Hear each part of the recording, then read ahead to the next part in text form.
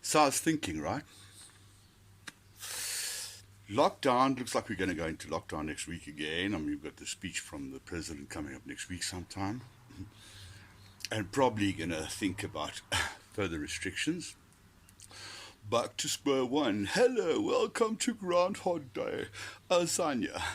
Exciting times. But anyway, but no doubt, obviously, it's hurt the economy and it's hurt the entertainment trade, it's hurt the event trade, it hurt restaurants, nightclubs, any places where you go, jaw, isn't it?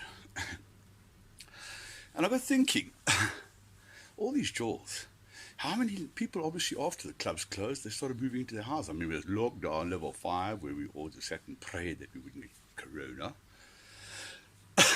But life continued, and eventually we picked up. I mean, people started home black parties or something, and then they started going back to smaller restaurants and shit like this. And how many gatherings do you think happen each night? Little parties, people at your homes. How many you do go to? No, right? Homes, clubs, not nightclubs, small little clubs, groups, bloody card games, whatever. All these things, sports things, common interest things. How many do you think happen every day? Millions, huh? And think about it. Think about you guys in the soccer clubs. When you're going with your buddies and you're sitting down and you're having a jaw and having a beer or something, and you look around. How often are there whiteys around there? And you have your beer oaks, you have your Brian, the black label shit. How many darkies are around there? Are the Indian guys doing their uh, uh, uh, whatever kind of ceremonies? How many of any races are out there? Chinese, besides New Year, how many of other races are there? And then if we think further, how many acts of racial antagonism happen every day?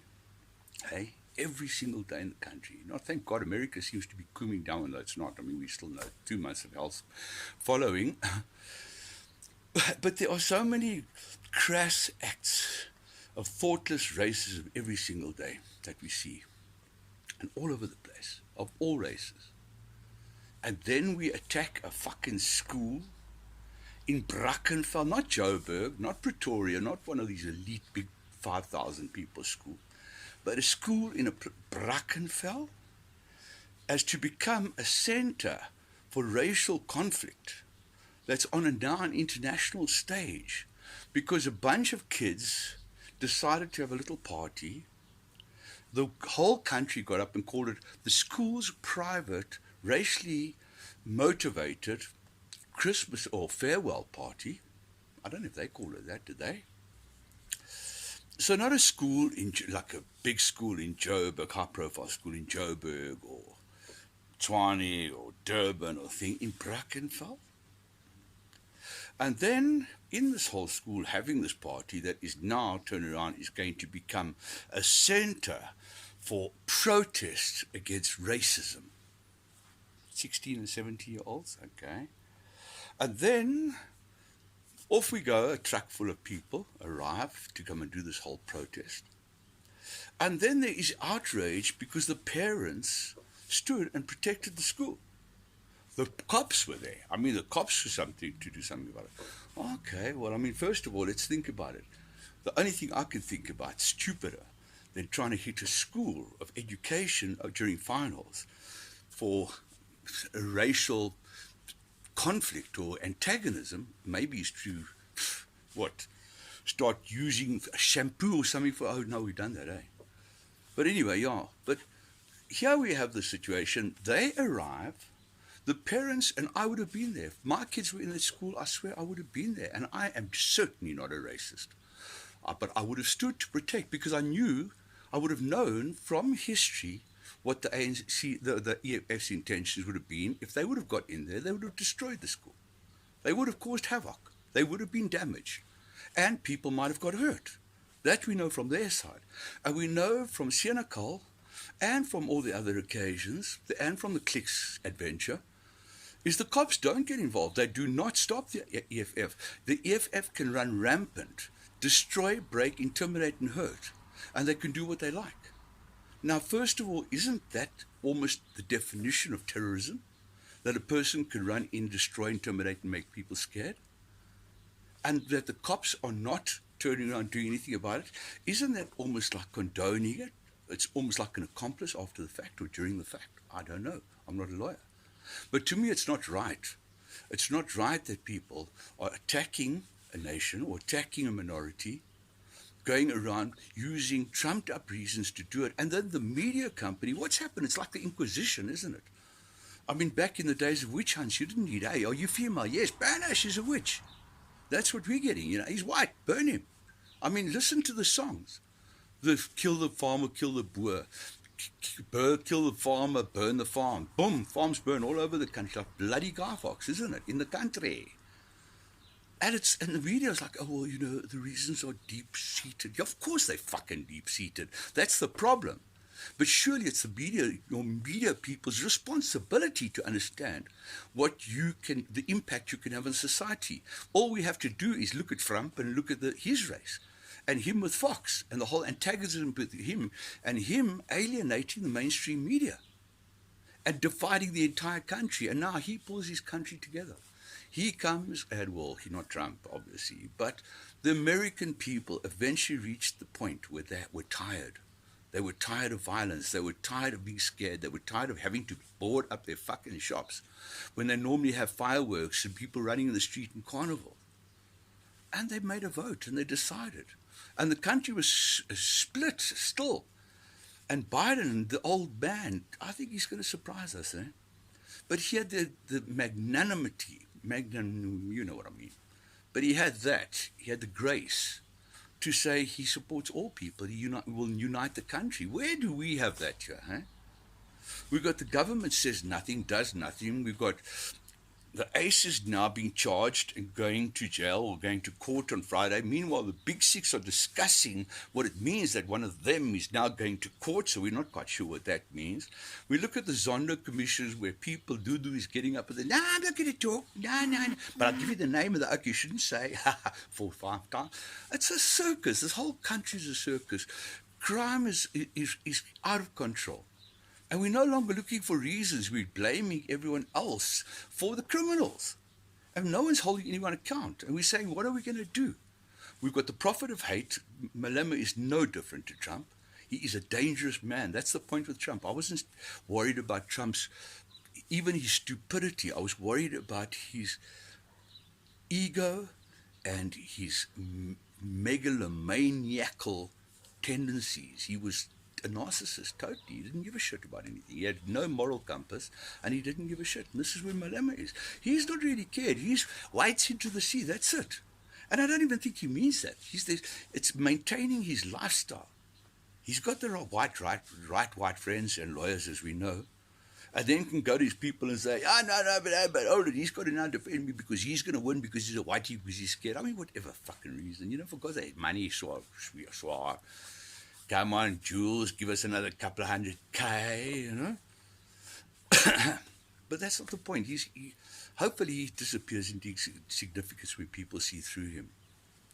But this breaking, that we are looking for stupid reasons, if there is, what it does is it belittles and it actually devalues significant acts of racial antagonism. What about the xenophobia? We had in Durban. Now what's happened? These poor oaks from out of the country, their shops all broken up again, and no, they don't want to build again because they had and the people take. So what happens? It's like a Black Friday, isn't it? Or some kind of a celebration. Wait for the Somalians to build their shops, the Kenyans to build their shop. Bang! Pull them apart, empty the shops, and hey, then we wait a couple of months until they get stock up. Hope they're ready for Christmas. Well, this will be Easter. Christmas is already past. Hey? And then this woman I hear this morning trafficking her daughter.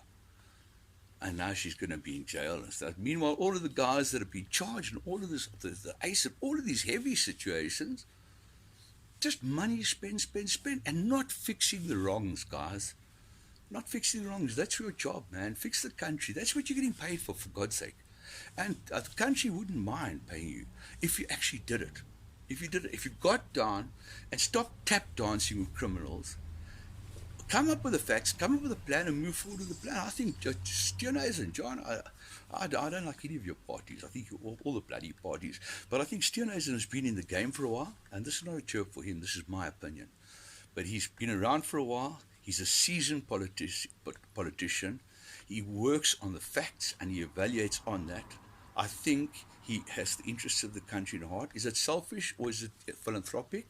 Probably a little bit of both. I think he's an ambitious man and would like history to remember him kindly. His sin, yeah, he's got a mortal sin, his colour. We know that. But can't we start finding the right person? There is no one else. Who, Malema? The ANC is so tainted and so tarnished. How do you ever purge that? The DA, yeah, they've just purged now. Sure, they've got the bat in the background. But she's bloody good at what she does. She just opens her mouth to change feet. So keep her shut up and let her do. Make sure no one's stealing money and people arrive at work on time. She's good at that. She makes sure that the operations run. If a person's got a talent, use the talent. Don't turn around and alienate and demonize it and cut your own fucking nose right off your face. Because it's just, no, it's the wrong. You know what I mean? We've got to move past that. Whites, blacks, all of us. Whites, kind of, we've got to embrace, eh? We've got to turn around and not sort of kick back the whole time like a bloody sulking bitch. You know what I mean? We've got to come think. But by the same token, it's past the time, I think, of just saying, well, okay, next time we need to start moving forward. And people have got to, we look at the American situation and the minority rights of the blacks in America. Blacks here do not live that space. Whites here live that space. It was the blacks that were getting minorities that were getting victimized and oppressed over there, coming in the last 200 years, isn't it? But anyway, but over here, it's the whites that are the oppressed. And have a look at it, whether you say the money is white monopoly capital, oh, it's in white hands. It's not in white hands. It's in about five fucking murva rich white people's hands who have got all black contacts that they're paying them a shitload of money, as we know from corruption, so they make the cogs turn in the right, that they keep the money. But that's not white population. That's a couple of rich fucks that the white population doesn't identify. We look at them, you fucked us off as well. Because you first of all tied yourself up with the colonies, then you tied yourself up with the Nats, and now you tied yourself with the ANC. But you always come with your money, aren't you? You oaks are so cute.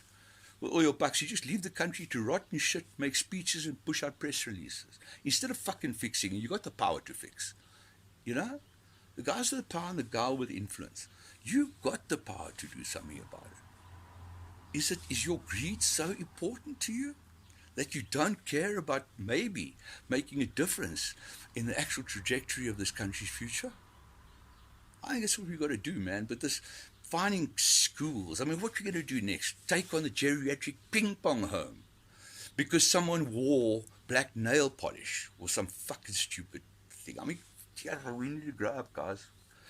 Ladies and gentlemen, we really need to get our shit together and not put up with all the nonsense that is being dished up to us. We have the right and we have the voice, and next year is going to be an interesting election. Make choices now and speak out now for what you want in life and what you want for our country. And be proud of what you want for the country. You're not apologizing the whole time we're scared someone don't like. If it's right, it's right. Just because something is happening doesn't make it right, and just because something's not doesn't make it wrong. Work for the better, work for our kids, work for a better bloody South Africa. Because, man, that's what makes everyone hope and makes everyone live day to day. To just think of that dream of what we almost had, but we lost. But maybe it's time we bloody start picking that up again and cut this shit.